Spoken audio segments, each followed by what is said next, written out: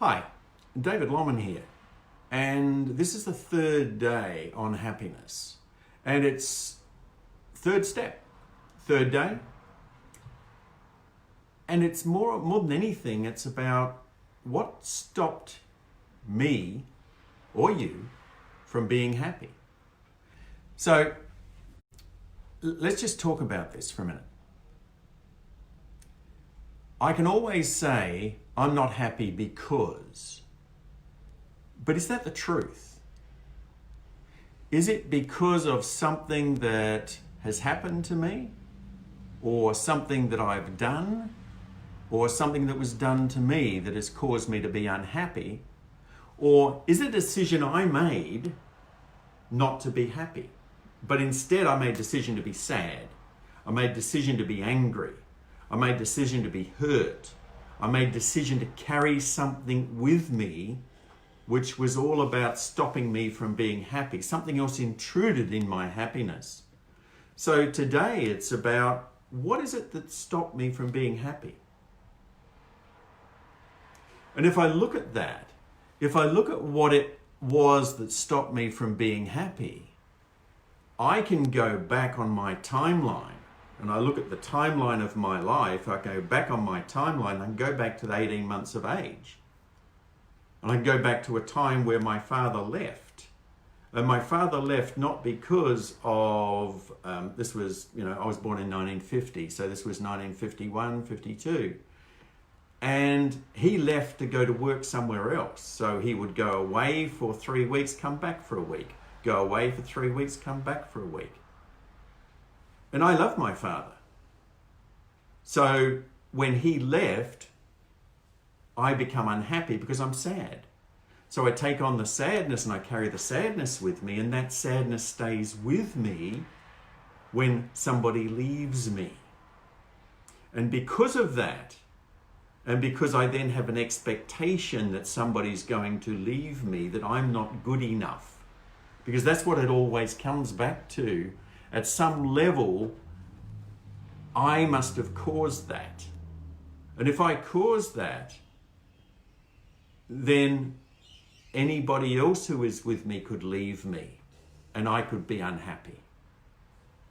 And the sadness will come back.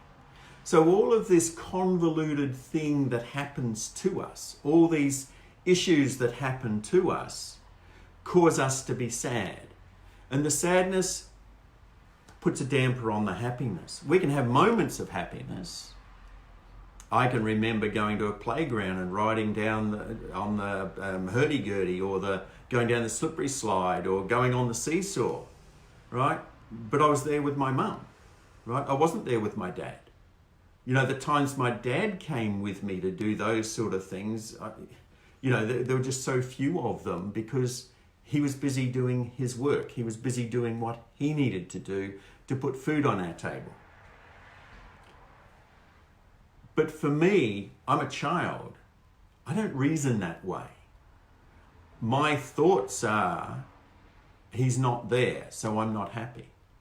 So moments of happiness, moments of sadness, moments of anger. Things aren't the way I want them to be.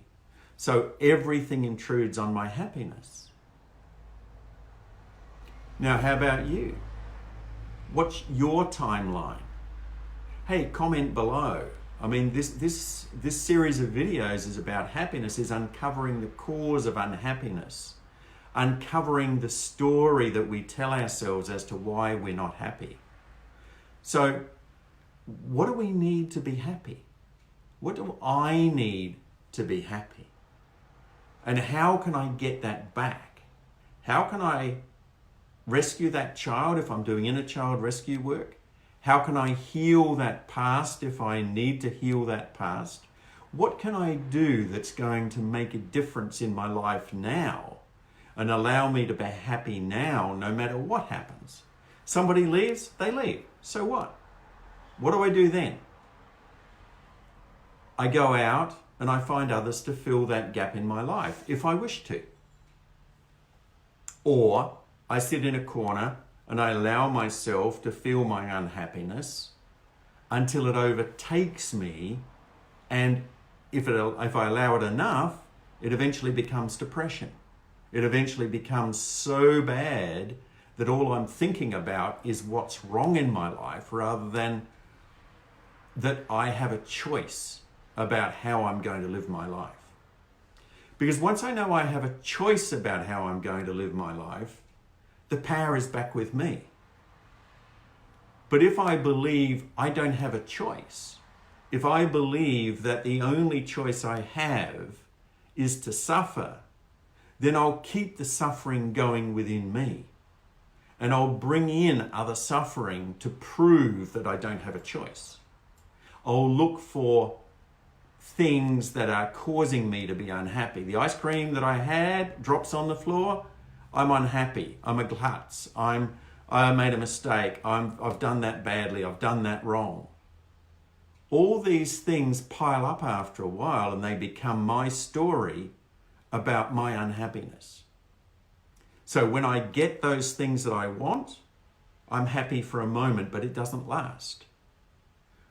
As long as I'm not getting everything I want, I'm accumulating sensations or feelings of sadness, anger, guilt, shame, blame, hurt, pain.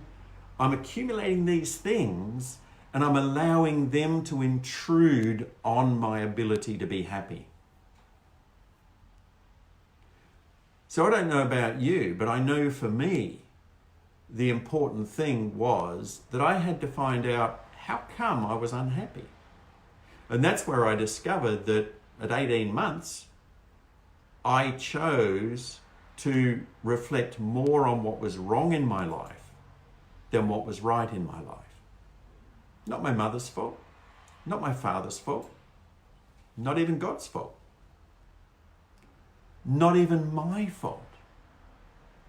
Because the thing that I didn't have at 18 months, I didn't have an understanding of what that was actually all about. I didn't have the skill. I didn't have an awareness. I didn't have a possibility of understanding that. And my mother didn't understand it either. So I'm left there with my mother and my sister. But it's my choice how I feel. It's always been my choice how I feel. It's never anyone else's. And the same for you. I don't know when you first experienced unhappiness, but I wonder when it was. When did you first experience unhappiness? And you follow your timeline. You go back through your timeline and you can write this down on a piece of paper, whatever age you are now, and going off into the future, and then go back along your timeline and just mark off times on your timeline when you were unhappy. Times when life didn't go the way you wanted it to go. Now, if things there are so traumatic that it brings up bad memories and you need to deal with it, call Lifeline and talk it through. If you're willing to just express yourself, yeah, I was unhappy, and I've carried that unhappiness and I've lived with that unhappiness for the rest of my life, then you'll understand that it was an incident of time. Now, one of the things that I work with clients is to say, you know, if you fell off a bike back when you were 3 years old and you were learning to ride a bike, or 4 years old or 5 years old, you're learning to ride a bike and you scun your knee, you would be unhappy for a while because you were in pain. It hurt. Now, if you had a loving mother, the mother would have put some Dettol on it in those days, my days, and said, it's okay, it's going to heal. That'll all get better and you won't even have to worry about that after a while. But if you had an incident where you fell off a bike and you scun your knee and you hurt yourself, and your mother came out to you and said, oh, you crazy kid, you've hurt yourself again. Look, I don't know what I'm going to do with you. The suppression of energy that would cause will either cause rebellion later on or unhappiness in the moment, because you're not getting the care that you really want. And if you are a person who carries a grudge or keeps the guilt inside, then that will mean that in order to get to your happiness, things have to go exactly as you want them to go to, rather than as the reality of life is. So life is just life. I wake up in the morning, I breathe. I breathe, I get going. The only thing that stops me from being happy is not that I'm getting going right now. It's whatever might have happened in the past. So learning what stopped you from being happy in the past is the gateway to finding out how you can be happy now by learning how to let that go. And the more you learn to let it go, the more you learn the skills that it takes. And these are the skills that we're going to be training on through ABT, through Aussie Blokes Talk. The reason why I'm talking, I'm an Aussie bloke, I'm talking. So the process is to help you learn the skills, because the skills of letting things go may not be natural to you. If your mother, your father, the people you cared about didn't know those skills, how could they teach you?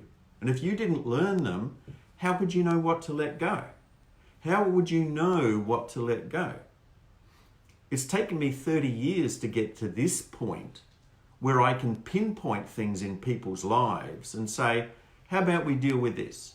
How about we deal with that? How about we let this go? And by doing that, by taking those steps of helping someone find out the areas where they've been unhappy, happiness comes in because it's a natural state within. Now, I don't know how much unhappiness has been in your life. I don't know how much you've been affected by the incidences and the occasions in your life. All I know is I'm running a little series on happiness, and if you're not happy, I also know there's a cause to it and there's a reason for it, and that cause and that reason can be overcome when you are willing to work at it. That's all it comes down to. Are you willing to work at it? Are you willing to find out what is stopping you from being happy? It can be physical. It can be pain. It can be aches. We covered that yesterday. Have a look back on yesterday's video. Step 2, day 2. Have a look at that video. Go back to video 1 where you set your intent and ask yourself, is that intent still what I want for myself, or do I want more than that? Because as we go through each of these videos, you will learn that the only thing stopping you from being happy is lack of skill. Because I've worked with people who've been traumatized. I've worked with people who've been in cults. I've worked with people who've had PTSD. I've worked with people who've had unhappiness for most of their life. And the only thing stopping them from being happy was that they didn't have the skill of learning how to let that stuff go. They didn't know how to let it go. So as we go through this series more and more, the answers to happiness will start to unwind. And as they unwind, as you begin to get answers for yourself, you'll realize more and more that the answers are within you. They're not with anybody else. Your answers aren't with me. Your answers aren't with a psychologist, a psychiatrist, a naturopath, anybody else. Your answers are within you when you know how to tune into them. We can help you. Hey, I'm a naturopath, I'm a holistic practitioner, I'm a hypnotherapist, I work in spiritual hypnotherapy. All of these things can help you. But the only person who can actually front up is you. The only person who can actually do the work is you. What I'm offering you is these 19 days, these 4 weeks of understanding what's causing you not to be happy. And as you go through that process, my wish for you, my desire for you, is that you will learn that it is possible for you to be happy, and to be happy more than you're unhappy. And yes, there's still going to be sad moments, guilty moments, unhappy moments, until you heal everything in your timeline. That's just the way it is. That's just the way it is. It can't be any other way. Because when I took on certain things in my timeline, I made a choice about how I was going to act and react. And some of those reactions were detrimental to me, to my health, to my values, to who I am really. So if I am holding on to those things, I've got to let them go. So I don't know what you've got to let go of yet. We'll go through it together. So this is David from Aussie Blokes Talk, just saying, you're probably going to get this as a replay. And as you do, just put in a comment. Just let me know. Are these valuable? These talks valuable to you? Do you find them too long, too short? What is it for you? Do you have a question? I'm happy to answer any questions anytime.